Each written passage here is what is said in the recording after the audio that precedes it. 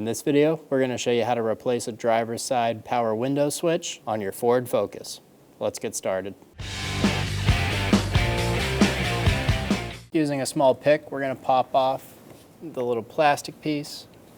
Using a T15, remove the screw behind the cap.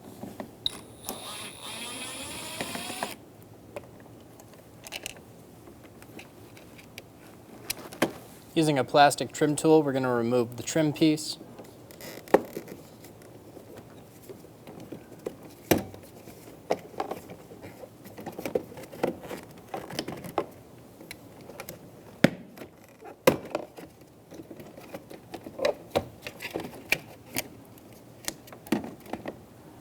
Pull the handle open and pull the trim down. Remove the connectors for the switches. There's a push button right here. Push on that, pull it straight out. On the window switch, it'll be the same thing. Push on the tabs, remove the connectors, remove the trim piece. We're going to remove the window switch from the trim piece. There's 4 tabs around the switch. Push these tabs in and up. Do the same thing on the other side.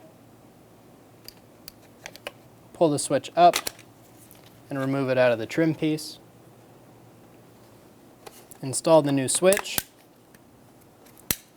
Be sure all the tabs click into place. Install the connectors. Push until you hear a click. If you don't hear a click, give it a pull. Make sure it's locked on.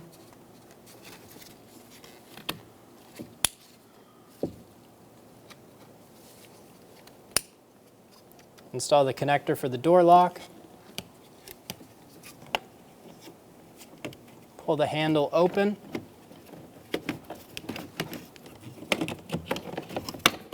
And install the trim piece. It'll click into place. Install the screw for the trim piece behind the handle. Install the plastic plug.